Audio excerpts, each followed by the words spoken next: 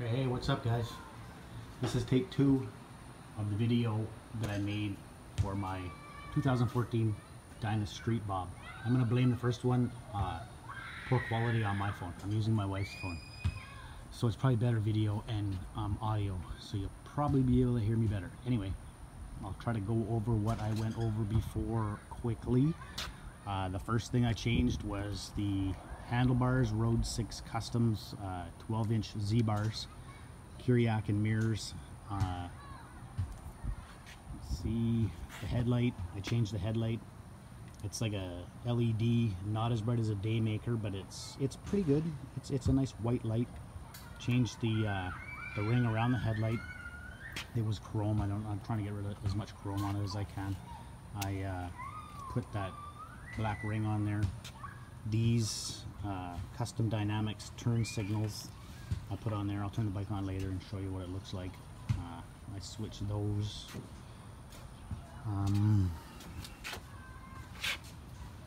Before I picked the bike up, I had the Harley shop put forward controls on it. It had the mid controls. They put the standard forward controls on there. I'm 5'7", they were too, I couldn't reach. And with the stock foot pegs, my feet kept slipping off at highway speeds. So I put these motocross style foot pegs on there. They come up. But they hold my boots on the bike pretty good. I have no trouble keeping my feet on the pegs now. I changed the chrome horn cover for a black one. That derby cover was chrome, so I put that blacked out one on there. My wife bought me that little bell down there. It's helped so far, keeping me safe. The progressive suspension shocks lowered the bike about an inch, which I like the way it looks like that, but the ride is not, you know, real great. They're the cheaper progressive shocks, you know, in their lineup. You could get, I'm sure, much better ones. They're okay. They probably compare to what came with it stock. As far as handling goes, this thing is scary. It was really scary at highway, well, not highway speeds, like when you got up around 100, 110, this thing is scary. I put those shocks on it. I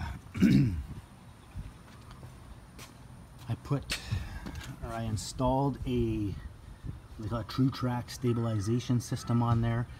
It's supposed to help with the rubber mounted motor mounts. It's supposed to get rid of like any sideways vibrations, because everything is like rubber mounted on this thing. Probably can't see the one underneath, but there's one in the back as well. It was quite expensive, man. It was like 400 bucks, and honestly it helps about $100 worth. It helped a little bit. This thing, I've had it topped out and it doesn't go, if at all, maybe a little bit more than 120 miles an hour, but it's not like, it doesn't wobble out of control at that speed now, so it helped a little bit. Let me see. I put the flush mount fuel gauge and fuel cap on there. The one thing that I didn't want to get rid of, I would if I could have found one that was black, but I like that Milwaukee USA triple clamp on there. Well, that's not the triple clamp, but the bar clamp, whatever. I bought that Saddlemen Dominator seat for it, which again, that helps a lot with under hard acceleration. Like it holds you on the bike, you know what I mean? Like I'm not sliding off of it.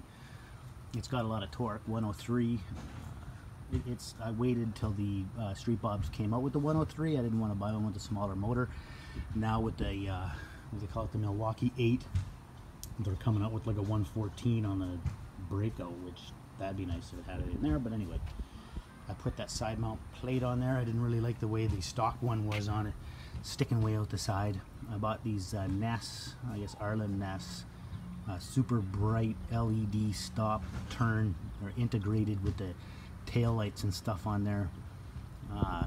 They're really bright. I like them. I bought this one-sided saddlebag. I had one for the other side, but I had to get rid of it and get that one because it was hitting on the top of the plate right there. I didn't want it to break off. But it's really good. That's built really well, and I like that. It's got like LED lights on it as well. I'll turn it on later and show you. The pipes, Vance and Hines big radius. They came with the bike. I put on the heavy breather intake, and there's a Vance and Hines fuel pack underneath the seat. I'm auto tuning it right now. It's a cool feature because when you change baffles in it, like I had pulled the baffles out, I put Big City Thunder baffles in it, so I tuned it to that, and then I pulled the baffles out. It was too loud, but anyway, every time I was doing that, I had to auto tune it. So I'm in the process of auto tuning it back to having Big City Thunder baffles in there. It works pretty good. The bike runs. It runs good, man. It's not, you know. I had Yamaha VMAXs before. This doesn't have the power that they did, but it goes along pretty good, man. It slides out on corners, you know. It'll drift. And you can, as you can see, yeah, it'll light up, man. I'm gonna need a new tire, which maybe a 180, I think, is as wide as you can put on the back of that. I'll put one of them on there. This apparently is you can get that fixed under warranty. I called. They said they would do it. It's leaking. And that was like right from the time I picked the bike up. It had like 600 miles on it, and it was leaking, and it leaked over this mirror. You can see right there, ate the paint off my brand new mirror, which was on the other side until I flipped them underneath. I think it looks a little bit cooler. It's my tribute right there to the country I served for 25 years. Now I'm living in South Texas, retired. Nice day here, November 4th. Beautiful weather out. I just got back from a ride, but I'll start. Well, I'll turn it on first. I'll show you the signal lights, you know, tail lights. They're like really bright, man. When the brake lights come on and stuff, I'm impressed with those. I like them, man. That license plate holder has LED lights on there. It's a flush mount LED fuel cap and fuel gauge. I like that. That's cool. I installed everything myself, so I saved a ton of money. I like these Custom Dynamics turn signals. They like slide over. I take the forks off. They slide over the top of the forks from here down to there, and they're on there. And I have little set screws in there, so I wired them all up underneath the tank. I didn't have to take the tank off because I have a 2-inch tank lift on there. It was kind of, I don't know, like it lifted the tank up a little bit. It gave me enough room that I didn't have to take the tank off when I was wiring those in, which was pretty cool. Because when I put the handlebars on, I had to take the tank off to get at the wiring that's all up underneath the frame, which it was quite a job. Anyway, I'll start it and let you hear the Big City Thunder baffles. I used to get a V inner code on there. I just replaced the battery today.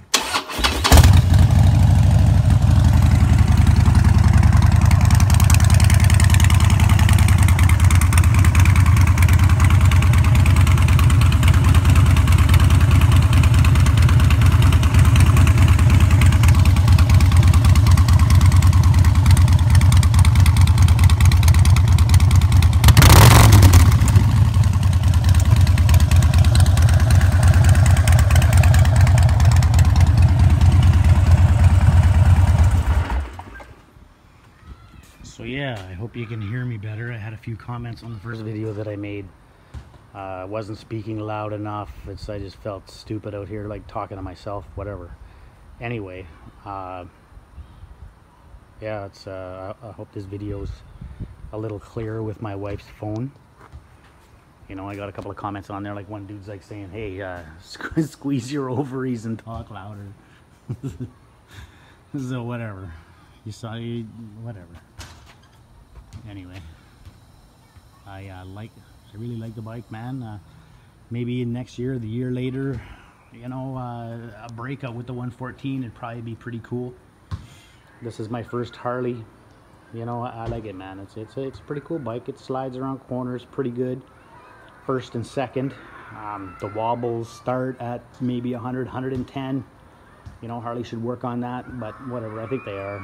Anyway, yeah. Later, dudes.